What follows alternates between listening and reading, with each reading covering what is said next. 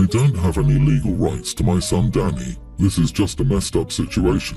I never wanted kids. I met a woman who felt the same until we got pregnant. 3 kinds of birth control failed. I've since gotten snipped. I agreed to sign away my paternal rights and pay child support until a partner adopted him, whomever that might be in the fullness of time. My parents insisted on being involved in his life. I was okay with it. He's a good kid most of the time. Unfortunately, life, or in this case, death happens. My ex passed away. She has no family, and she left Danny with my parents when he was a tween. My parents are old and are a huge reason why I never wanted a kid. Danny's mom was an okay parent, but pretty lenient. Going from that to my parents' perfectly curated house must have been a shock. He was okay for a while. He's in counselling. He's mid-teens now and as much of a pain in the butt as you can imagine a teen boy to be. 6 months ago, my parents threw him to the streets. They said he'd be going to military school if I didn't take him. I hated military school, so I took him in, all legal. My parents are his legal guardians, but I'm letting him live with me and trying to socialise him. He doesn't have it. He's trashed my home a couple of times. He refuses to do his chores or his schoolwork. He's just being a moron. I've been going to counselling with him for 6 months and it hasn't helped. I sat him down and told him flat out that if I had to deal with him wrecking my stuff, not cleaning up after himself or not doing his homework, I was going to talk to my parents and see if perhaps being under professional care would help his behaviour. He said I was an idiot and never a father, so why am I trying now? To be honest, I'm trying because I loved his mom. I know she grew up in foster care and would hate knowing that's where he ended up. Am I the idiot for telling my kid that if he can't behave I'll send him to military school? You are the idiot. OMG, this poor kid. He knows you never wanted him to the point that you signed away your rights. He lost the only real parent he ever knew as a child. He then ended up with your parents who didn't want him once the going got tough, and then he ended up with you, who he knows didn't want him even when things were good. He's been through nothing but abandonment and loss, and he's only a younger teen. To me, OP clearly doesn't love or want his son. That's how he feels, and you can't judge him for his feelings. It's not like he made a child on purpose and dumped him. I do feel sorry for the kid, but there shouldn't be a case where he gets a free pass. Mainly so that even grandparents who wanted him couldn't deal with him. The kid is old enough to take responsibility for his actions. OP is doing much more than he signed up for despite his own feelings, so I would cut him some slack. He's not the idiot. LOL, he's a mid-teen. He's a child. He's not old enough to take responsibility for his own actions for another 4 years. 2 years minimum. I get it. I'm child-free and that's the way to be.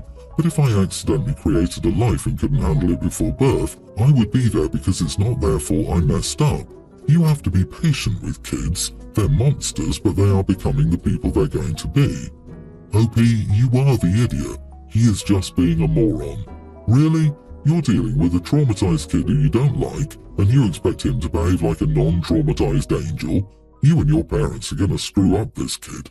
Foster care? Yeah, he probably would be better off. He might find some people who actually want what's best for him. Military school? What the heck? Everyone has failed this child. Instead of threatening him, did you consider stepping up? He's dealing with grief and loss. He also knows that you don't want him. His behavior is a reflection of how he feels on the inside. My heart breaks for this kid. Counseling isn't a magic wand. You have to do more. In so many ways, this is your responsibility. My 25 male family got stuck at an airport. I was able to get a room at the airport hotel and my sister was able to get another. There aren't any other ones available and everyone wants to stay at the airport to be close in case the situation with our flight changes. My room has 2 beds, so I offered the other one to my brother and his girlfriend who couldn't get a room. My sister's room also has 2 beds. She and her husband have 4 kids though, all teenagers. The hotel only has 1 roll-away bed available. So, with her and her husband in 1 bed, 2 of the kids in the 2nd bed and a 3rd kid on the rollaway, that left 1 kid without a bed. Since I otherwise had a bed, my sister thought I should share mine with my niece. I didn't want to because I don't like sharing a bed. I just don't feel comfortable with it. I think one of the kids could just sleep on the floor, but that apparently is disgusting. I won't disagree that hotel room floors are gross, but they could lay down a blanket so she's not directly on the floor. Am I the idiot for not sharing my bed in a hotel with my niece? I'm sorry, but as a parent of 2 kids, with healthy boundaries but also a warm, loving relationship, and as much as I hate being cramped in bed, why can't the parents sleep with the youngest, smallest child in bed? We still get our kids crashed from time to time during our weekend nap time. I get to complain about it, but not really. You are not the idiot. As a parent, I would not ask another family member to share a bed with my daughter. It was kind of you to share a room in the first place. Being expected to share a bed is out of line. In tough times, prioritize kindness over comfort. A blanket on the floor is a small sacrifice for ensuring everyone has a bed, especially for family. Yeah, no. I wouldn't be comfortable sharing a bed with my niece. Why isn't dad or mom taking the floor instead of one of the kids? They're making their kids your problem when it is definitely their problem. I wonder why any other solution wasn't put forward here. One of the boys could have been suggested to share the bed with an uncle instead of a gal. As an adult man, I wouldn't be comfortable sleeping with a teen girl in my bed, even if she was my niece. I'd volunteer for the dad to sleep in my bed and the mom and daughter could share if 100% necessary, but apparently that didn't occur to anyone in the family. They all expected you to pay for the room and sleep on the floor. For a while now, my husband John has been getting increasingly angry over little things and is generally moody and distant. I'd finally had enough and approached him about separation. This conversation led to a big blowout and him revealing the state of his finances. My husband and I have always kept our finances separate.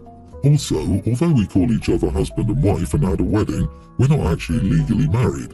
This was primarily for inheritance purposes because we each have older children from previous relationships. Anyway, John revealed that he basically had no savings left. All the money he'd saved for retirement and for his kids' schooling was gone. Furthermore, he said it was all my fault since he used all his savings to try and keep up with my lifestyle. There was never anything crazy about bills or anything like that, and we always split it all equally. I own the house we live in outright as well, so there wasn't a mortgage payment. However, I've always liked travelling on pretty extravagant vacations. I would invite John or John and his children to join on trips, but I never made them feel like they had to come. That said, he was expected to pay for himself and for his kids. Except recently, he has accepted every invitation. I would also give my kids things he considered extravagant, but I considered normal, so he felt like he had to provide similar things to his own kids. John said that with all the spending to keep up, his savings dwindled very fast. I expressed that I couldn't understand how or why he would spend all he had when he knew he couldn't afford it. He said it was like keeping up with the Joneses, only worse because it was at home so he couldn't block it out. Since I knew his job, John thinks that I should have had a basic understanding of his finances and realised this wasn't a lifestyle he could maintain. The kind thing would have been to offer to pay for the trips and other things instead of dangling them in front of his and his kids' faces. Looking back, I probably could have realised that this spending didn't make sense for his salary, but I wasn't thinking about it. I don't think it was my responsibility to keep his finances in mind here. We'd agreed from the beginning to keep our finances separate, so to me that means paying for things separately. Am I the idiot for not offering to pay for my husband and his kids and making him broke? Edit, we do not live in a state with common law marriage. Not the idiot, so he's blaming his poor decisions on you. What on earth? He couldn't use his voice to raise concerns when finances were an issue. That's on him for keeping up with the Joneses to the point that he liquidated his children's education funds. You housed him and his children rent-free. If he wasn't comfortable with your lifestyle, he should have talked to you like an adult, instead of trying to keep up and sinking himself financially. John blew through his finances all on his own because his fragile ego couldn't deal with you having more money than him. I agree with this wholeheartedly. If he can complain about it now, one wonders why he couldn't say anything then. Also, the BS of trying to keep up with her. I would have said long ago that I was running out of money. Pride can be a foolish thing. There's something so cringe about an adult unable to take responsibility for their choices. She's housing him for free. I disagree. It's called a family home. She's not his landlord. Everyone's the idiot here. You sound like friends with benefits. This situation highlights the destructive impact of financial miscommunication in relationships. The failure to align expectations and understand each other's financial limits has led to a painful and avoidable situation. I think you should get divorced because you don't want to be part of each other's lives, except for inheritance purposes. You both screwed this up. Look at how many people think it's entirely appropriate to pretend that it's perfectly acceptable not to understand each other's finances as a family. It's crazy to me how many people will willingly ignore that. I completely agree everyone's the idiot here. They're roommates who have intimacy, I guess. Zero communication when it comes to income and expenses. Not understanding how having an inheritance plan allows them to be married is pretty ignorant as well. It seems like an excuse to stay acquainted, really. OP, your idea that you should go on extravagant vacations while he stays home is also a major idiot move. That is not a committed relationship. It's the same with the treatment of children. You both should have communicated better. Now you're ending a relationship because you couldn't be adults about communicating. I, 25 female, worked for a university from 18 to 21. For many years I felt university wasn't for me, as although I had good grades, my self-esteem was pretty low, and I thought I wasn't good enough for university and I couldn't even afford it. I worked as an assistant for various departments, and many of my colleagues who taught students said they could see my potential, and they finally encouraged me to apply. I decided to apply to the university and got in, and I was accepted onto 4 scholarships that are designed for students with lots of potential, so I no longer had to worry about applying for student loans and not being able to afford them. Last year, I was meant to be in my final year of university, and I should have graduated, but a student was making up rumours about me and this lecturer having an affair, which didn't happen. The university soon picked up on these rumours and started its own investigation. At first, the lecturer and I had to stay separated, which meant I missed half the classes, as she was one of 2 teaching me that year. 2 months later, the lecturer got suspended with full pay, and 5 days later, the university sent me an email to my personal email account and told me that I was being suspended and that I wasn't allowed on university grounds and that I wasn't allowed to contact anyone at university. The staff who was investigating these rumours fully believed that we were having an affair, and we were suspended for 9 months so they could find evidence of our affair. As a result of them taking 9 months, I ended up failing the final year, and now I have to retake it. While suspended, these rumours about the affair spread around the campus fast, and everyone knew. I had a friend who I now consider my best friend, who made contact under a secret Snapchat account. He asked for my account, and he said he fully believed me and started doing his own investigation to find out who it was. I'm running out of word count. To keep it short, after speaking to various students, he finally found evidence that a student had made up the rumours and started and reported it to the university. He found concrete evidence and took it to the investigation team, and they closed the report and allowed us back to campus. But the student didn't get suspended or punished. All she was made to do was retake the 3rd and final year, and she had to pay for it, whereas I didn't. Now I'm in class with her and she struggles a lot. She keeps requesting my help because I always understand the assignments and the fact I know what to do. She's fed up with me saying no and spoke to our former classmates, and now they're saying I'm an idiot because I'm keeping a grudge against her because of what she did and the fact I nearly lost a degree, which I haven't, and they're stating I should help her out. Am I the idiot for refusing to help her when she nearly cost me a degree and a teacher her career? Holy crap! She endangered your education and career as well as the professors. She cost you a year. It's nuts she'd expect anything from you. Clearly she doesn't understand the impact of her actions. I tell her never to speak to me again, or I go to your university and report her harassment. Not the idiot, but why was no action taken against the student? She should be nowhere near you. You're a better person than me, OP. With all that happened to you, I would have looked into legal action and ensured the student was banned from campus. Do not interact with her or help her in any way. What? Wow, what a story. I'm very sorry for you. This person is objectively dangerous. Stay away for your safety. Think of the most neutral way to say that she really messed you over and it's just a practical matter to stay away. There's no need to be nasty. It's sensible. How quickly the truth of that sinks in is not your concern. My husband and I had his sister and her family staying with us for a month while repairs were carried out on their house. Sister-in-law has 3 kids, a kindergartner, a pre-tween and a tween. My husband and I have 2 kids, a pre-tween and a preschooler. My sister-in-law and I work from home, so we were both home all day when she stayed with us. So here's what happened. She asked if I would cook for all the kids versus each of us cooking for our respective kids.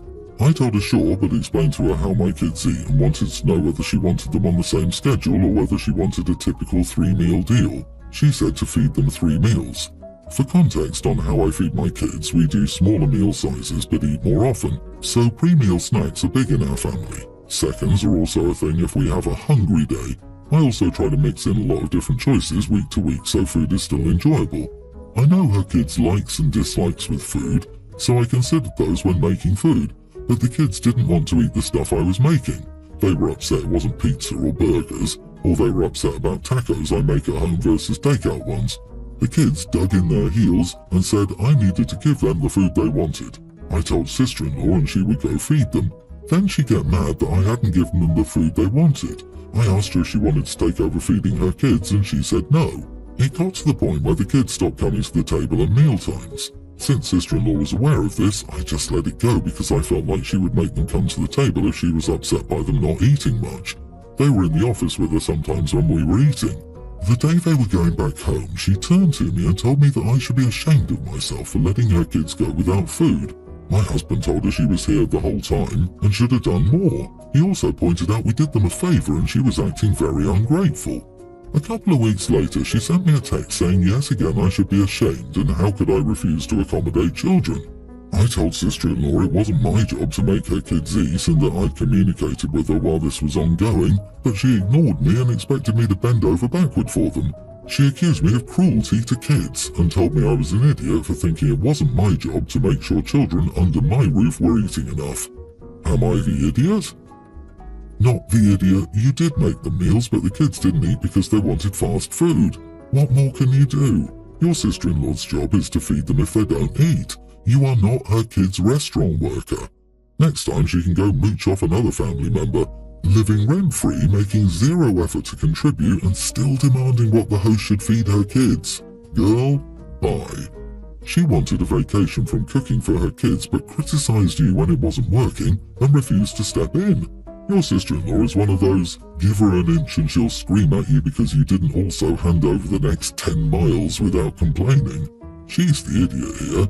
She's not appreciative that she was able to stay at your house rent-free instead of at an Airbnb or hotel where she would have to figure out meals for her kids.